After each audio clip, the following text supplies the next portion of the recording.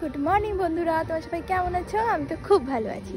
তো আজকে তোমার সাথে শেয়ার করব কি বলো তো, আজ যাবো আমি কলকাতায়।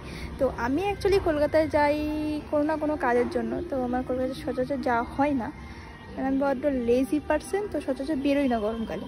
তো আজকে যাবো কলকাতায়। তো কলকাতায় যাচ্ছি কেননা বাড়ি বসে এত বোর ফিল করছি, বাধ্য হয়ে কলকাতায় যাচ্ছি।